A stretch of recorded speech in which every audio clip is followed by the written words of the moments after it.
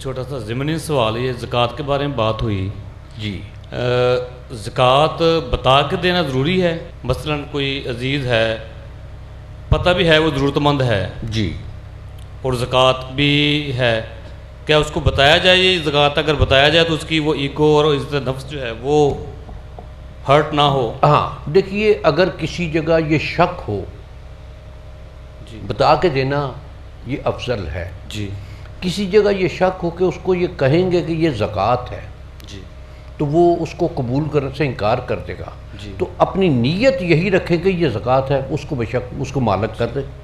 جی بہت شکریہ، ماشاء اللہ. جمعہ کی رکھتے پہلے 4 سنت اور 2 فرض جی، وہ پڑھ لیتے ہیں تو بعد میں رکھتے نہیں پڑھتے، فرض پڑھ کے دعا پڑھ کر چلے جاتے ہیں. تو میں نے مولوی صاحب سے پوچھا، وہ کہتے ہیں پڑھ لیں تو ثواب ہے، اگر نہ پڑھیں تو گناہ نہیں ہے اس کا. تو دوسرا ایک اور سوال ہے، دال دعا پڑھی جاتی ہے زیادہ تر تو جی، ولد دعا لین. جی، ایک بار میں نے پڑھ رہا تھا بچپن میں بھی، قاری صاحب نے میں نے ولد زوالین پڑھ دیا. انہوں نے کہا یہ ظالموں کی جمع ہے، زواد نہیں پڑھنی، ہم نے دعاد ہی پڑھنی ہے. اس کو جہاں بھی ہیں قرآن مجید میں صرف دعاد ہی پڑھنی ہے، زواد نہیں پڑھنا. ودوہا پڑھنا، وضوہا نہیں پڑھنا، ووضعنا پڑھنا، ووضعنا نہیں پڑھنا.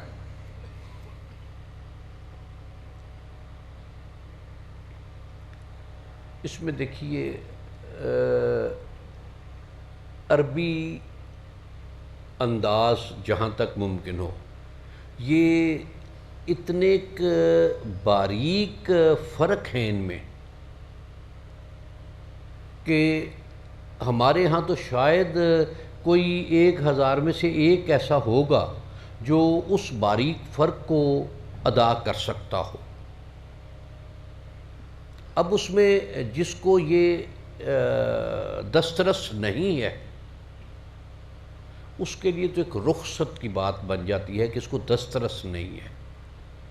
اب میں تھوڑے سے کہ عربی میں زوات ہم پڑھتے ہیں اور زوئیں پڑھتے ہیں. ہاں جی، عربی میں جب اس کو انگریزی میں لکھتے ہیں تو وہ ڈی سے لکھتے ہیں.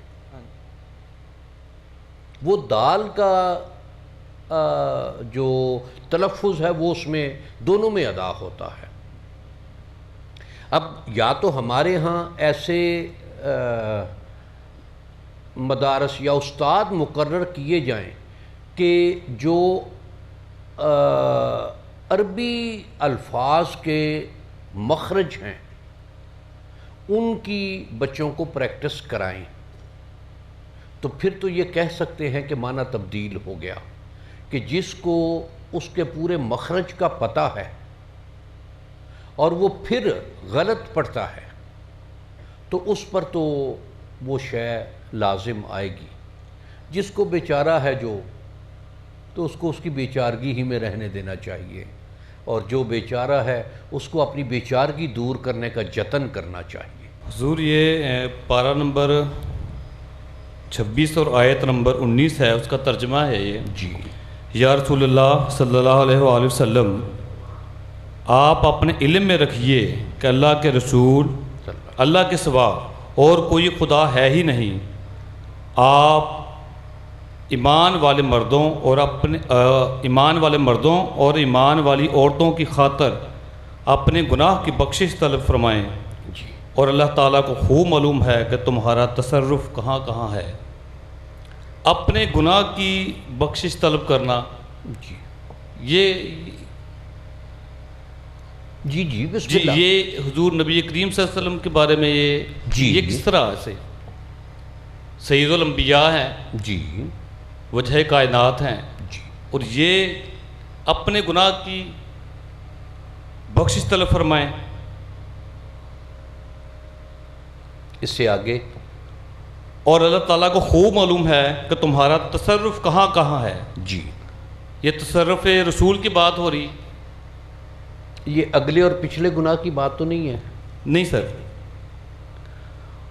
کوئی یا رسول اللہ، تقدم ومن تأخر من ذنبک. میں ابھی آیت فَعْلَمْ أَنَّهُ لَا إِلَٰهَ إِلَّا اللَّهُ وَاسْتَغْفِرْ لِذَنبِكَ وَلِلْمُؤْمِنِينَ وَالْمُؤْمِنَاتِ وَاللَّهُ يَعْلَمُ مُتَقَلَّبَكُمْ ومثواکم۔ جی تو یا رسول اللہ صلی اللہ علیہ وآلہ وسلم، آپ اپنے علم میں رکھیے کہ اللہ کے سوا کوئی اور خدا ہے ہی نہیں ہے جی اور آپ صلی اللہ علیہ وآلہ وسلم ایمان والے مردوں اور ایمان والی عورتوں کی خاطر اپنے گناہ کی بخشش طلب فرمائیں جی اور اللہ تعالیٰ کو خوب معلوم ہے کہ تمہارا تصرف کہاں کہاں ہے۔ جی اب ایک تو اس کا یہ ہے کہ آپ اپنے گناہ کی بخشش طلب فرمائیں۔ جی کس لیے؟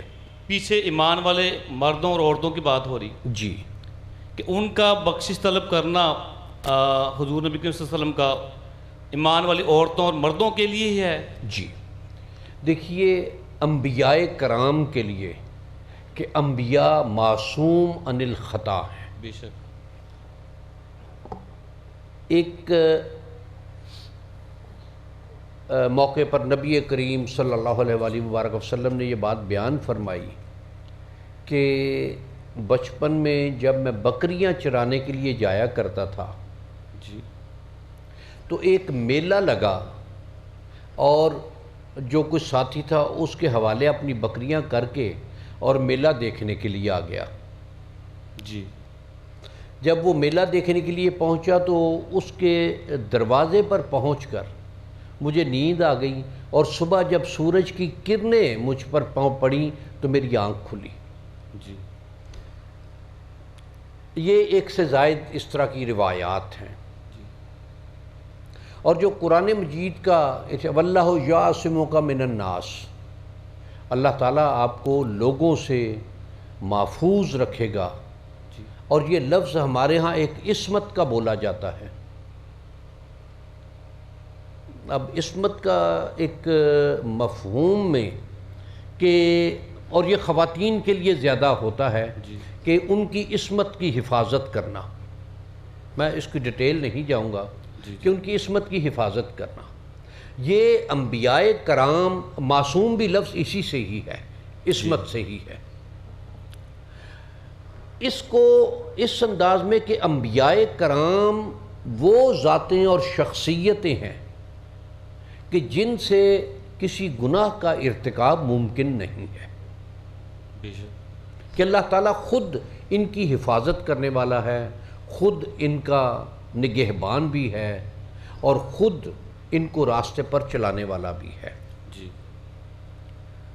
دوسری بات یہ کہ انبیاء کرام زندگی کے کسی حصے میں اعلان نبوت سے پہلے بھی، اس لیے کہ نبی جو بھی ہے وہ اپنی ماں کے پیٹ میں بھی نبی ہے، بے شک، اپنی ولادت کے بعد بھی نبی ہے، اپنے اعلان نبوت سے پہلے بھی نبی ہے۔ جب اعلان کر دیا تو پھر تو ہر ایک کو پتہ چل گیا۔ جی اور دلیل میری اس بات کی کہ حضرت عیسیٰ علیہ السلام کی پیدائش، جی کہ جب حضرت مریم سلام اللہ علیہا سے لوگوں نے یہ سوال کیا کہ اے ہارون کی بہن، تیری ماں بدکار نہیں تھی، تیرا باپ ایک شریف آدمی ہے، تو یہ بچہ کہاں سے لے کر آئی؟ اور وہ بچہ معصوم ہے، قواعد فطرت میں اس سے بولنا ممکن نہیں ہے۔ جی تو اس وقت حضرت عیسیٰ علیہ السلام نے اپنی والدہ محترمہ کی عصمت کی گواہی دی، ان کی پاک دامنی کی گواہی دی جی اور اپنی صفات گنوائی۔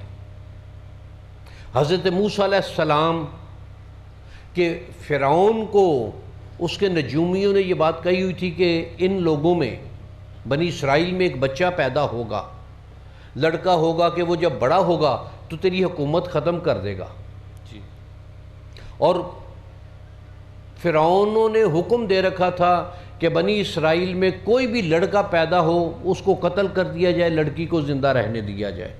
جی حضرت موسیٰ علیہ السلام کا اس ماحول میں پیدا ہونا اور وہ دا پیریڈ آف پریگنینسی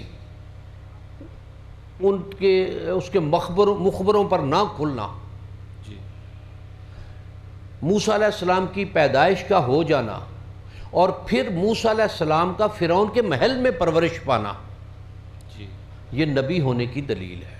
بے شک اسی طرح حضرت یحییٰ علیہ السلام اور حضرت زکریا علیہ السلام، کہ زکریا علیہ السلام نے جب اللہ کی بارگاہ میں استدعا پیش کی تو 3 صفات ان کے بیٹے کی دی گئیں، سیدم و حصورم و نبی من الصالحین، کہ وہ سردار ہوگا، نبی ہوگا، حصورم من الصالحین، اور وہ صالحین میں گھرا ہوگا، صالحیت اس میں ہوگی۔ یہ 3 کیفیات، 3 کیٹیگریز، ابھی پیدا نہیں ہوئے، ابھی پریگننسی بھی نہیں ہوئی، جی کہ جب بشارت ملی ہے حضرت زکریا علیہ السلام کو، تو جب یہ سوال کیا کہ بار لاحق کیسے، میں بوڑھا، میری بیوی بانجھ، اور اٹ از پاسبل، پھر یہ کہ وَكَذَلِكَ يَفْعَلُ مَا يَشَاءُ، اور وہ جیسے چاہتا ہے وہ کر گزرتا ہے۔ اور جب حضرت مریم سلام اللہ علیہا کو یہ بشارت ملی کہ اللہ تعالیٰ آپ کو ایک بیٹے سے نوازے گا، تو جب حضرت مریم سلام اللہ علیہا نے یہ کہ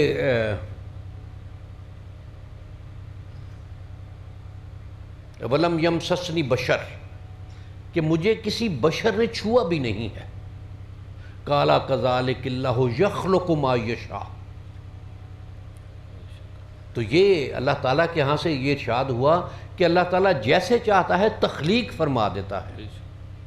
اور اس کو دیکھیے اس میں کہ حضرت زکریا علیہ السلام کے ہاں عناصر فطرت مکمل ہیں، باپ بھی ہے، ماں بھی ہے، اور وہ انیبل ہیں ٹو ڈیلیور اے چائلڈ۔ جی حضرت عیسیٰ علیہ السلام کے موقع پر عناصر فطرت مکمل نہیں ہے، جی بالکل ایسا، باپ نہیں ہے وہاں، صرف ماں ہے، تو وہاں یفعلو کا لفظ مبارک ارشاد فرمایا کہ وہ جیسے چاہتا ہے کر گزرتا ہے۔ حضرت عیسیٰ علیہ السلام کے لیے یخلقو کا لفظ ارشاد فرمایا کہ وہ تخلیق کرتا ہے۔ اور ایک اور جگہ بھی یہ حضرت عیسیٰ علیہ السلام کے لیے کہ اِنَّ مَثَلَ عیسیٰ عِندَ اللہِ کَمَثَلِ آدم، کہ اللہ تعالیٰ کے ہاں حضرت عیسیٰ علیہ السلام کی مثال حضرت آدم جیسی ہے، خَلَقَهُ مِن تُرَابٍ ثُمَّ قَالَ لَهُ كُن فَيَكُونُ، کہ جنہیں اس نے مٹی سے تخلیق کیا، پھر کن کہا، اور وہ ہوتے ہی چلے جا رہے ہیں۔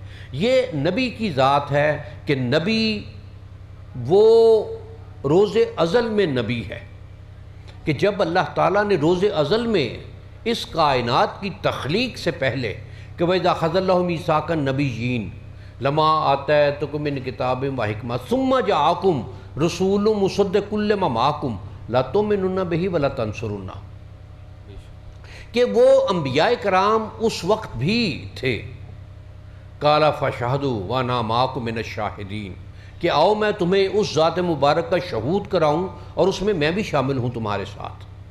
تو یہ نبی کی ذات وہ روز ازل سے نبی کی ذات ہے۔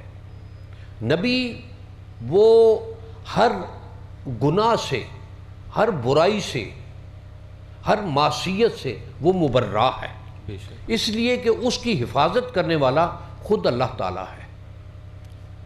تو اسی طرح سے کہ نبی کریم صلی اللہ علیہ وآلہ وبارک وسلم کا جو اپنے اللہ کی بارگاہ میں استغفار اور بخشش کا طلب کرنا ہے، تو وہ اپنی ذات سے منسوب اپنی امت کے لیے ہے۔ حضرت عائشہ صدیقہ رضی اللہ تعالیٰ عنہا کا ایک ارشاد مبارک ہے کہ رمضان جب آتا تھا تو نبی کریم صلی اللہ علیہ وآلہ وبارک وسلم قیام میں جت جاتے تھے، اور اتنا قیام ہوتا تھا کہ پاؤں پر سوجن ہو جاتی تھی، اور یہ بھی کہ اللہ تعالیٰ آپ کو کبھی مایوس نہیں کرے گا اور یقیناً آپ کی امت کو وہ بخش دے گا۔ تو یہ جو طلب تھی یا طلب نبی کریم صلی اللہ علیہ وآلہ وبارک وسلم کی، وہ اپنی ذات کے حوالے سے جو ہے وہ اپنی امت کے لیے ہے، اس لیے کہ نبی معصوم عن الخطا ہے۔ اگر کسی کا یہ ایمان نہیں تو وہ ایمان سے خارج ہے، بے شک کہ نبی سے کوئی بھی خطا کا ممکن ہونا، کسی گناہ کا ہونا، یہ ناممکنات میں سے ہے۔ تو یہ جو بخشش طلب کرنا ہے یہ امت کے لیے کہ بار الہ میری امت کو بخش دے، ماشاء اللہ اور واضح امت کو بخشنا واضح کی بات کا اس کا ایک اور جگہ بھی ہے کہ بولو ان ظالموا انفسہم، وہاں پہ کہ اگر مفہوم یہ بلاؤ ہے انہم ظالموا انفسہم، جی تو اگر آپ اپنے جانوں پہ ظلم کر لیں تو نبی کی بارگاہ میں آ جائیں، جی وہ بھی آپ کے لیے بخشش طلب کریں، جی تو اس وقت تو پاسبل تھا، سامنے سرکار کی ذات بابرکات صحابہ کرام۔ آج کے دور میں چل مانا کہ جو عمرے پہ جاتا ہے، حج پہ جاتا ہے، وہاں پہ بھی استغفار ہوا، جو نہیں جا سکتا کسی بھی وجہ سے، فائنینشلی، فزیکلی، یا زندگی مہلت نہیں دی یا کس طرح، وہ کہاں جائے اپنے گناہوں کی بخشش کے لیے؟ پھر ایک وسیلے کے حوالے سے ایک دلیل، اور شاید آپ کے سوال کے حوالے سے، جی کہ ایک موقع پر ایک نابینا صحابی حاضر بارگاہ ہوئے اور یہ گزارش پیش کی کہ میری بینائی کے لیے اللہ کی بارگاہ میں دعا کیجیے۔ نبی کریم صلی اللہ علیہ وآلہ وبارک وسلم نے ارشاد فرمایا کہ کیا اس میں توقف نہ ہو؟ انہوں نے کہا نہیں، میرے لیے یہ دعا فرمائیے۔ نبی کریم صلی اللہ علیہ وآلہ وبارک وسلم نے ارشاد فرمایا کہ جا کے تازہ وضو کر اور 2 نفل پڑھ کے اللہ کی بارگاہ میں میرے وسیلے سے دعا مانگ۔ سبحان اللہ، بے شک۔ اور جو راوی ہیں صحابی، ان کا بیان یہ ہے، روایت یہ ہے کہ ہم ابھی اسی جگہ پر موجود تھے، تو وہ اس طرح سے حاضر بارگاہ ہوئے جیسے انہیں کبھی یہ مرض تھا ہی نہیں۔ واہ واہ، سبحان اللہ۔ یہ کافی ہے یہ مثال آپ کے لیے یا نہیں، آپ کے سوال کے حوالے سے؟ ماشاء اللہ، جی سبحان اللہ۔ اور حضور یہ پھر تصرف، کیا بات، جی تصرف، آپ کا تصرف خوب معلوم ہے کہ تمہارا تصرف کہاں کہاں ہے، تصرف ہے کیا؟ پھر نبی کا تصرف، یہ اختیار کے معنی میں، اختیار بھی، اور بلکہ اختیار ہی اس کا معنی بنے جی گا۔ تصرف یہ ہے کہ دلوں میں گھر کرنا۔ واہ واہ، سبحان اللہ، مجھے وہ آیا مبارکہ بَتَقَلُّبَكَ فِي السَّاجِدِينَ، بالکل، کہ اس کائنات میں ادا ہونے والے ہر سجدے میں آپ کا تصرف واہ ہے۔ واہ، سبحان اللہ، سبحان اللہ۔ واہ واہ، سرکار یہ پوائنٹ مجھے بھولا ہوا تھا جو کرم فرمائی ہوئی، تو سرکار اس کا مطلب یہ ہے کہ ہمارے وہ سجدے بھی ان سے پوشیدہ نہیں ہیں، یقیناً ہر چیز سے وہ باخبر ہیں۔ اور پھر تصرف شیخ،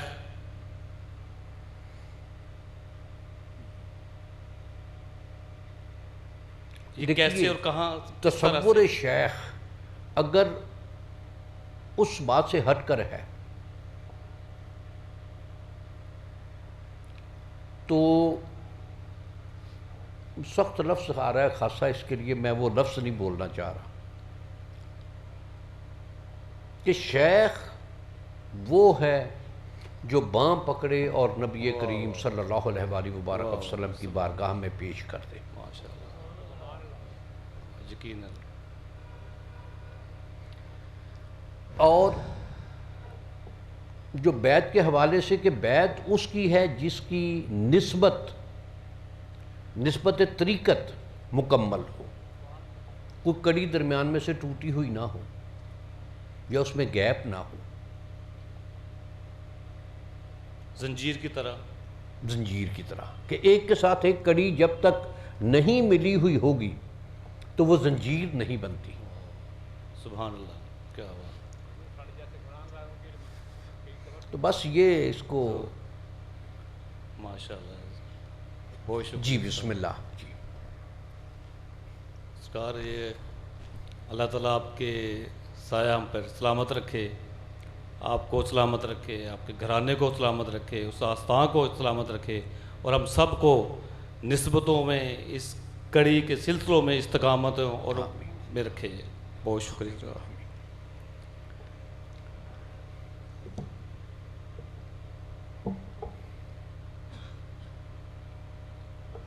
اعوذ باللہ من الشیطان الرجیم، بسم اللہ الرحمن الرحیم۔ السلام علیکم سرکار۔ السلام۔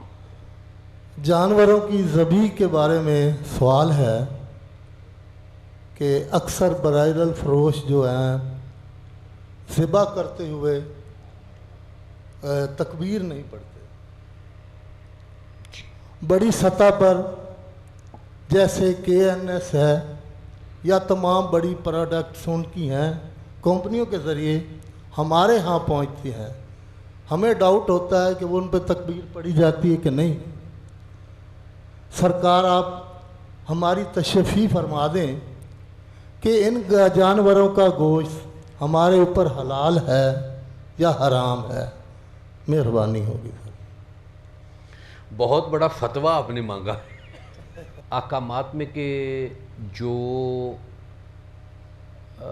ذبح کی تسبیح ہے وہ پڑھنا واجب ہے۔ اگر کسی کی کچھ اور نیت نہیں اور اس نے الفاظ ادا نہیں کیے تو ذبح ہو جائے گا، روٹین ٹھیک نہیں ہے، اور اس میں اگر لینے جا رہے ہیں تو اس کو کہیں کہ بھئی یہ ذبح کرتے ہوئے تکبیر صحیح طرح پڑھنا، اور میرے خیال وہ شاید پڑھتے ہیں اس طرح سے۔ اب یہ نہیں پتا کہ وہ نہیں کہا تو اس نے دل میں تکبیر پڑھ لی، اتنی آہستہ آواز میں پڑھی کہ دوسرے کو پتہ نہیں چلا، یہ ممکن ہے۔ اور ہمیشہ پازیٹیو سائڈ پر اپنی سوچ رکھنی چاہیے۔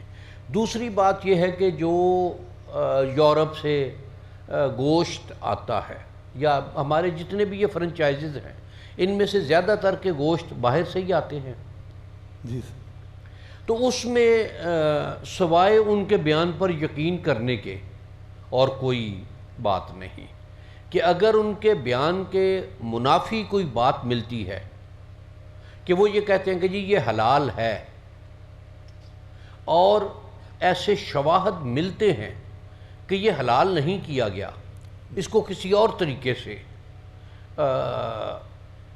یعنی میں وہ ذبح کا لفظ تو نہیں کہا جائے گا، کسی اور طریقے سے، یا چھری تو پھیری گئی لیکن جو قربانی کے احکامات ہیں یا ذبح کے احکامات ہیں ان سے تجاوز کیا گیا، کہ مثلاً ذبح کے احکامات میں گردن کا پورا کٹنا یہ اس کو حرام کر دیتا ہے،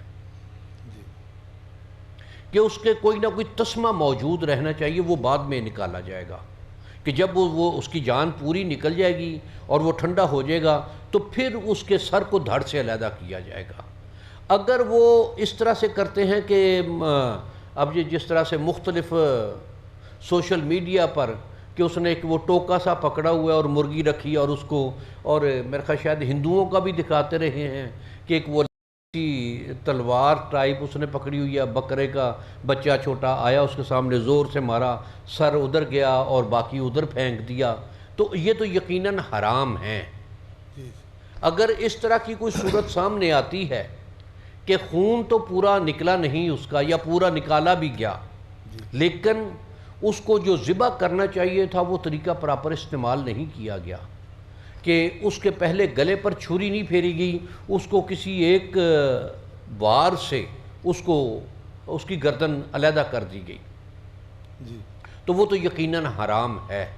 لیکن جو کچھ یہ دعویٰ کرتے ہیں کہ جی یہ حلال ہے، اور اب تو شاید یورپ میں یہ بہت بڑا بزنس بن گیا ہے کہ دکانوں پر لکھا کہ یہ حلال کی دکان ہے، تو اس میں استعمال کرنا ہے تو سوائے ان کی بات پر یقین کرنے کے، اور اگر ان کی بات کے علاوہ یا ان کے دعوے کے علاوہ کوئی بات سامنے آتی ہے تو اور وہ دعویٰ ان کا غلط ہے اس میں، تو پھر کم از کم جس تک یہ بات پہنچی ہے اس کو تو وہ استعمال نہیں کرنا چاہیے۔ بہت شکریہ، آپ کے فرمودات جو ہیں ہماری زندگی کا اوڑھنا بچھونا ہے سر، شکریہ جناب۔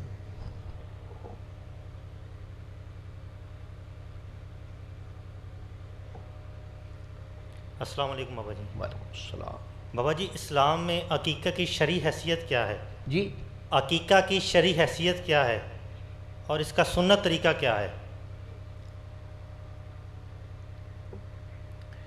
عقیقے کی شرعی کے ودن 7 days بچے کی پیدائش سے اس کو کر دینا چاہیے، لیکن اگر نہیں ہوا تو یہ ساقط نہیں ہوگا، یہ زندگی کے کسی بھی حصے میں اس کا ادا کرنا، کہ کوئی 50 سال کا ہو گیا ہے اور اپنے پوتوں کے ساتھ اپنا بھی کر رہا ہے تو ٹھیک ہو جائے گا۔ بابا جی اس میں کیا بڑا جانور عقیقے میں آ سکتا ہے؟ جی آ سکتا ہے، اور وہ اسی در و بست کے ساتھ، جس طرح یعنی عقیقے کے احکامات بیان ہی وہی ہیں جو قربانی کے ہیں۔ بابا جی عید الاضحیٰ کے موقع پر ایک آدمی اگر بڑا جانور کرتا ہے جی اس کے اوپر واجب ایک قربانی ہوتی ہے، جی اس کے بعد 6 قربانی اس کے بعد علیحدہ ہوتی ہیں، کیا وہ عقیقے میں شامل کر سکتا ہے؟ ہاں کر سکتا ہے۔ تو بابا جی اس میں پھر گوشت کس طرح تقسیم ہوگا؟ وہ طریقہ کار وہی ہوگا اس کا جو قربانی کے گوشت کا ہے۔ جی مہربانی۔ یعنی جس طرح سے قربانی کے گوشت کے 3 حصے ہیں، اور ان 3 حصوں میں ایک حصہ اعزا قربا کا، رشتہ داروں کا، ایک حصہ غربا کا، اور ایک حصہ اپنا، اسی طرح جو عقیقے کا ہے اس میں بھی یہی 3 کیٹیگریز ہیں، یا یہی 3 اس کے حقدار ہیں: غربا مساکین، عزیز رشتہ دار، اور اپنی ذات۔